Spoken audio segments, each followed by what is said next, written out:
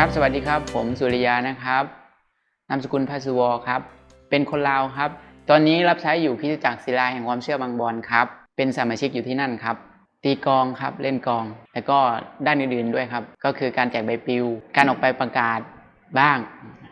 ก่อนที่จะมารู้จักพระเจ้าเมื่อก่อนก็เป็นเด็กบ้านนอกนะครับก็ไม่ค่อยสบายช่วงนั้นเป็นเด็กบ้านนอกแบบก็ดำเนินชีวิตเหมือนคนทั่วไปแหละฮะแต่ว่าก็ไม่เคยไปทำอะไรผิดพลาดแบบว่าผิดกฎหมายการพนันที่ชอบก็คือไก่ชนนะฮะกับมวยครับอันนี้ชอบมากก็มีการเล่นกันบ้างครับนิดหน่อยก็หลักๆก็คือสุขภาพไม่ค่อยแข็งแรงครับเมื่อก่อนแล้วก็ไปโรงเรียนอาทิตย์หนึ่ง3 วันที่เหลือก็รักษาตัวครับเป็นโรคประจำตัวตั้งแต่เด็กเมื่อก่อนเป็นเลือดจางครับเป็นโรคเลือดจางแล้วทีนี้เราก็เหนื่อยบ่อยเจ็บท้องปวดท้องบ่อยก็ไม่รู้ว่าเป็นอะไรทีนี้แม่ก็เลยส่งให้ไปอยู่กับพี่สาวที่เวียงจันทร์นะครับเข้ามาอยู่ในเมืองตอนนั้นมาอยู่ในเมืองแล้วก็อยู่กับพี่สาวก็เห็นชีวิตพี่สาวมีการเปลี่ยนแปลงครับตอนนั้นพี่สาวเป็นหมอดูไพ่กิฟซีอะไรประมาณนี้ดูดวงและทีนี้พี่สาวจากที่เคยดูผมไปพี่เขาก็ไม่ทำในทุกๆวันเสาร์พี่สาวเขาจะนมัสการพระเจ้าในบ้านเพราะว่าเมื่อก่อนเขานมัสการวันเสาร์ก็เป็น7 day ใช่ไหมครับก็เห็นอาจารย์เห็นพี่น้องมารวมนมัสการร้องเพลงกันแล้วก็ฟังเทศนาไปด้วยผ่านทางอาจารย์ผมก็นั่งฟังเงียบๆคนเดียวก็หลังจากเสร็จการนมัสการก็มีพี่สาวมีอาจารย์มาพูดคุยในเรื่องของพระเจ้าว่าพระเจ้าเป็นพระผู้ไถ่เป็นพระผู้ช่วยให้รอดแล้วก็เป็นผู้ไถ่บาปพระเจ้าสามารถรักษาโรคได้ผมก็ตกใจไม่เคยได้ยินเรื่องแบบนี้พี่สาวก็เลยให้อาจารย์วางมืออธิษฐานให้ในการเจ็บป่วยของผมก็พนมมือแล้วก็รับเอาตอนนั้นก็ยังไม่ได้เชื่อในใจแบบว่าเราก็ไม่รู้ว่าพระเจ้าเป็นยังไงเราไม่รู้ก็รับเอาในใจแต่พอผ่านไป1 คืนตื่นมาก็รู้สึกว่าร่างกายเราเหมือนได้รับกำลังขึ้นมาและทีเนี้ยก็คุยกับพี่สาวว่าผมอยากรู้จักพระเจ้าครับพี่สาวก็ยังไม่ได้พาไปรับเชื่อในช่วงนั้นหลังจากผ่านมาก็เป็นวันเสาร์อีกอาจารย์ก็มาอีกและทีเนี้ยอาจารย์ก็ถามว่าอยากจะรับเชื่อไหมอยากจะเชื่อพระเจ้าไหมพระเจ้ามีฤทธิ์อำนาจที่จะรักษายาให้หายจากโรคที่เป็นอยู่นะผมก็ตั้งใจว่าครับผมรับเชื่ออาจารย์ก็พาพี่น้องมาอธิษฐานวางมือรักษาโรคให้จากนั้นมาผมก็รู้สึกว่าร่างกายผมเหมือนได้รับกำลังเรี่ยวแรงใหม่มาจากที่เคยเป็นไข้บ่อยๆก็หายจากที่เคยแบบเหนื่อยบ่อยๆก็หาย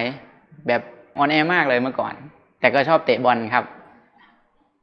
ก็ขอบคุณพระเจ้าครับในการเห็นฤทธิ์อำนาจของพระเจ้าที่ทำให้เรา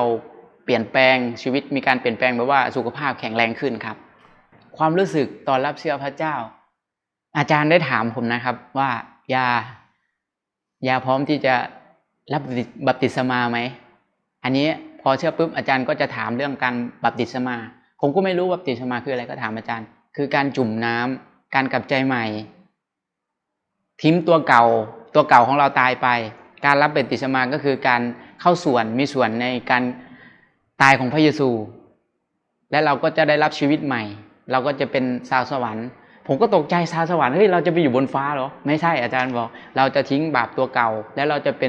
ป็นคนใหม่โดยที่ไม่ทำบาปไม่ทำผิดโดยที่เป็นคนที่ไร้กังวลจากอันที่เราเคยคิดว่าจะมีพระจะมีเจ้าหรือว่าที่เราห้อยคอเราจะช่วยเราให้หายอาจารย์ก็เลยบอกว่าถ้ายาตัดสินใจเชื่อแล้วยาจะเป็นคนใหม่และยาจะดำเนินกับพระเจ้าชีวิตที่มาเชื่อพระเจ้ารู้สึกมีความอบอุ่นในใจมากเลยครับมันเป็นสิ่งที่แบบเหมือนเราฝันมานานว่าชีวิตแห่งความสุขแห่งการสันติสุขที่เราได้มารู้จักพระผู้ไถ่ตอนนั้นไม่ได้กังวลอะไรเลยเป็นชีวิตที่แบบสดใสเหมือนเด็กที่วิ่งเล่นในทุ่งหญ้าแบบดีใจมากไร้กังวลอะไรเลยครับไม่ได้กังวลเลยความใจร้อนครับเมื่อก่อนผมเป็นคนใจร้อนตัดสินใจเร็วพูดจาไม่เพราะครับเป็นคนที่ปากจัดไปหน่อยแต่พอเรามาเชื่อพระเจ้าสิ่งเก่าๆที่มันอยู่กับเราความใจร้อนมันก็ลดลงครับ โดยที่เราไม่สามารถที่จะไปเปลี่ยนแปลงตัวเองได้แต่ผมเชื่อว่าเป็นการเปลี่ยนแปลงของพระเจ้าผมก็จากที่ไม่เคยเล่นดนตรีเล่นกลองผมก็ฝึกเล่นแล้วก็จนได้ขึ้นมานมัสการในโบสถ์ได้ก็ขอบคุณพระเจ้าครับนี่คือการเปลี่ยนแปลงครับผมครับตอนนี้ก็เป็นนักศึกษาที่องค์กรอคนท.อยู่นะครับก็นิมิตที่มีก็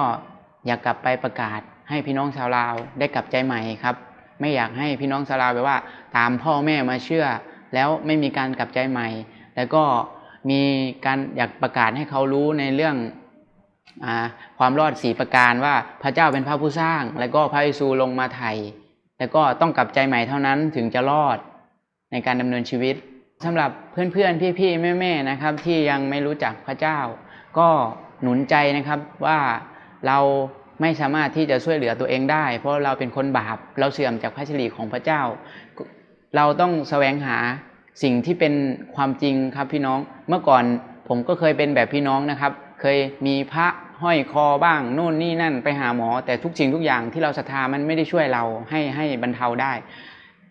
สิ่งที่จะช่วยเราให้พ้นจากสิ่งเหล่านั้นได้ก็คือพระเจ้าครับพี่น้ององค์พระเยซูเจ้าที่ลงมาในโลกมนุษย์มาเพื่อไถ่เราถ้าเราสารภาพกับพระเจ้าว่าเราเป็นคนบาปแล้วเรารับเอาพระเยซูมาเป็นพระผู้ช่วยให้รอดเป็นพระผู้ไถ่ให้รอดเป็นเจ้านายของเราก็จะได้รับความรอดที่มาจากพระเจ้าครับ